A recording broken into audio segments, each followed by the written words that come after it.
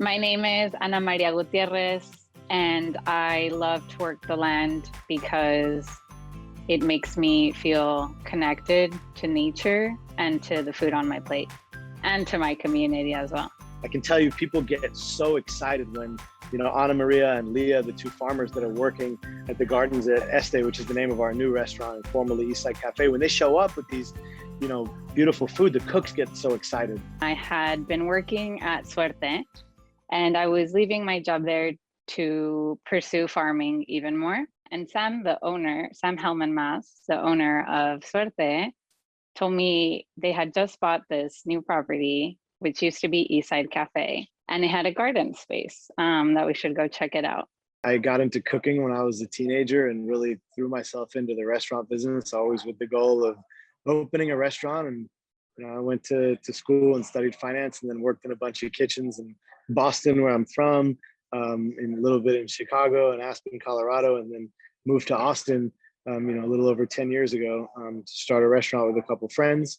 And then a few years ago, I stepped out on my own and started Suerte, which opened a little more than 3 years ago. And then, now we're started construction on our new restaurant, which is going to be called Este, which is going to be Mexican seafood. So I had proposed to grow food to him, and we didn't actually start that process until after the pandemic hit. The goal being to grow food for the restaurant Suerte and soon to be Este, but also to start connecting with the community and to keep this green space alive that is very historic.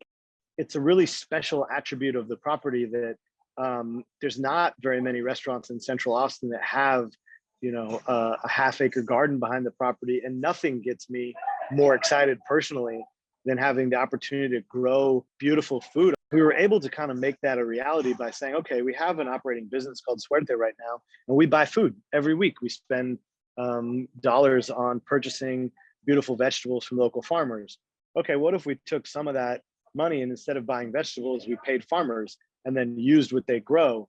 And it doesn't make money. In fact, it loses money, but not much. It loses a little bit, but enough where the other benefits are just far greater. Where if you're a cook and you want to, what is more exciting than having produce that's delivered from a farm that's a part of the company that you work for? And my dad volunteers there twice a week, pulling weeds, and people from the community come in and help out. And some of our cooks go volunteer there. And there's so many other special things that we gain. I initially was hired for 6 weeks only to transform this space that, yes, it had been idle for 3 years, maybe 2 to 3 years. So it was completely covered in grass and weeds at this point. There was only a few existing bed frames left from Eastside Cafe. So what I did was I used the power of the sun to help me get work done. And by that, I mean, I did some occultation, which is when you're setting down tarps or cardboard over the ground for a period of around 3 to 6 weeks. It gets so hot that it can be a quick process here, and to kill off the grass and the weeds. This is like solarization, which uses clear plastic, but that gets hotter.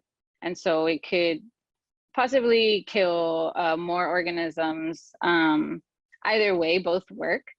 And organisms underground are loving all this dead plant material. We've used the same process to take over more and more plots of land. We were so fortunate to have such rich soil. Of course, it's because of Eastside Cafe growing food there organically for the past 30 years. This is like the most delicious smelling soil I have worked with. I did a fellowship at Urban Roots around 2 years ago, and I met Leah Scott, who was the farm manager there for a few years. And when I had talked to Sam about this project, I asked him, since this was a 6-week gig, I asked him if he would consider hiring someone else with me, if I could hire someone. And I suggested Leah because she has more experience than I do. She could, help with the quick thinking. I looked at my community and thought about who inspires me, who has taught me so much to bring on in here. And of course, the women farmers specifically were in mind. So we are a women powered farm. There's a lot of different stuff going on. We have some beds with metal fencing. We now have some hugelkultur beds, and then we have some more like row based beds. I call them the farmer beds. The reason that we did this was, one, we're trying to make this a space that's like enjoyable for community to come in and explore and learn and play. So it's not just, our sole purpose is not just to grow food, but to make it also like an experience and a space for people to enjoy. So our transplant starter is Leah, which we're very fortunate to have. She has been starting our tomatoes and peppers, herbs, and then we also do seed. It just depends on the crop. We have a ton of beautiful stuff coming up, like tons of tomatoes and chilies, and we're going to grow all the okra that we can use in the restaurant this year. We have our own hoja santa and different kinds of herbs. Onions, which we find so readily available and cheap, take an incredible amount of time to grow. The process starts 10:15, like Texas is known for its onion that's seeded 10:15. And what we have been doing is we're harvesting every other onion. So that gives room for the onions that are still in place to their bulb grow larger. Obviously, Suerte uses a lot of onions, Mexican cuisine. When these onions get larger, which is probably going to be next month, we're going to cut them off from water so that they're in this point of stress where they can create that outer layer. And then the restaurant will have some fresh and some shelf stable onion as well.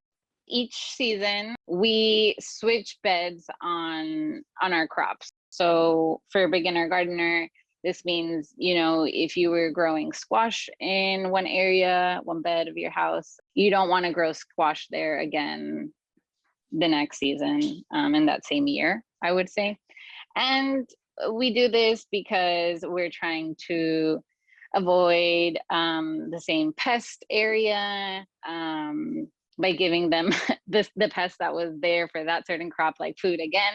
Also because each plant requires different nutrients and gives back different nutrients. Something that I'm looking to do more of is more legumes. We will be growing green beans this year again, because they add nitrogen back into the soil. Another part is the companion planting or interplanting, which is when you have two or more crops together in the same bed that are going to benefit from the companion. One, it can maximize the use of your space, which, we're always trying to grow more food, but also because, for example, we're growing carrots with tomatoes. So we first seeded the carrots and they're aerating the soil really nicely. And then we transplanted tomatoes. So those carrots we're going to have our first harvest next week already, as the tomatoes are getting larger and will require more space for their roots. We're growing Juliets in those farmer beds, and they're a lot bushier this year. In my experience, they're growing out a lot.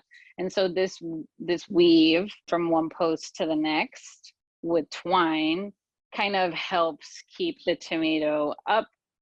And so why this is helpful is because you want to make sure that there's some airflow going on underneath the plant, so you can avoid having disease or any fungal issues, and also for ease to kind of train the tomato to go higher. Ease of harvesting, of course. You can always do different like herbs with some crops as well, because they attract good bugs, and these good bugs are going to eat bad bugs. So the majority of the food that we're growing is going to Suertes Kitchen. The other percentage of it is going to our volunteers. They always get produce when they volunteer if there's produce available. And also we donate some to, there's this organization called Save the Food.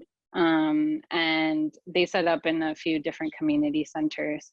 But one of them is right a few blocks from Este Garden.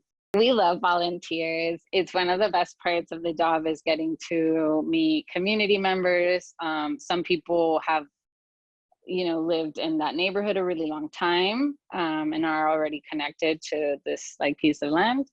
But other people are just anywhere around Austin. If you've never gardened before, you can come volunteer at Este Garden. You can access how to on our Instagram. I love bees. So since I started those 6 weeks, I was like, we need to have bees here because bees are amazing. So I reached out to Two Hives Honey. So they are her hives. So more women growers. Thankfully, they survived the freeze and we relocated to their new home. And our neighbors love it too. They also reach out and they say like, oh, there's a ton of bees in my garden now. Great pollinators, and we want to feed them. And I'm excited to try their honey as well. It's been really cool. This last year, I had the opportunity to learn about purple martins. I was familiar with their gourds. So we already had one set of gourds there remaining from Eastside Cafe and 2 more birdhouses. I learned that they're one of the few birds that require human interaction for their survival, basically. Like Native Americans would put out bird gourds for them for housing. I'm Alex. And I'm Kevin. And we take care of the purple martins at Este Garden. We got involved because we've been avid bird watchers for the past 3.5 years now. And we noticed that the purple martin houses at the gardens had kind of fallen into a state of neglect. So we were passing one day in early March, and we noticed that the first arrivals of purple martins were coming up from South America. And Ana Maria happened to be there, and we talked to her and asked if anyone was taking care of the purple martin houses, and she said no, but we wanted to clean them and get them back in working order, and we volunteered to do it, and we've been doing it for the past couple months now, and it's been wonderful. We got in touch with the Travis Audubon because we've never done purple martin houses before. They got us in touch with Julia and Andy Belinsky, and they take care of purple martins various colonies around Austin, and they were really excited to help us and show us the ropes. Currently, we're keeping track of how many eggs are laid, roughly how many adult martins are there, and some are still arriving currently. The younger generations are arriving, and they're coming up all the way from South America, usually Brazil, which is incredible. It's one of the only wild birds where you get like a real hands-on experience with the birds. We go to the Este Garden probably about every day, maybe every other day, and we remove the house sparrow nests. House sparrows are invasive species. We provide a fresh bed of pine needles in the houses, and the purple martins go in there and they cup it into a circle and bring leaves in, and once they're ready, they start laying eggs. And when we find the eggs, we record that, and we record how many eggs are laid, and then once they start hatching, we take note of all that, and at the end of the summer when they leave, we'll submit all that information to the Purple Martin Conservation Association. And it's been a really great way to meet new neighbors that we wouldn't have met otherwise. And we've had so many people stop and ask what we're doing and ask about the purple martins. They've always seen the houses, but never knew what they were because they're very particular looking. Even when we're not doing nest checks in the evenings, we'll go there and get a drink and sit on the bench and just watch them because they're just so fun to watch. They're so chatty, and they swoop around in the air catching bugs, and yeah, they're just so fun to watch. It's full of life. When you walk into that space, like you quiet down for a second and hear the birds chirping and look around and see beehives, and you're like, man, there's a little world going on here. The more green spaces we have inside the city is going to improve our air. It's going to help reduce heat within the city. So those are like broader concepts, ideas. And then there's, of course, the like experiences that you get to have when you have a green space in your garden to watch food grow. You know, that's not, when I grew up, like that's not a common experience for me. So you could start to feel more connected, like food system, but also, you know, we're growing more than food. There's the birds, there's the bees. So you get to have these experiences with nature. It helps you make a connection with the earth, which I just think is so fundamental. And also, it becomes a community spot where you get to meet people. You know, during the pandemic, we all realized how important feeling connected to each other is.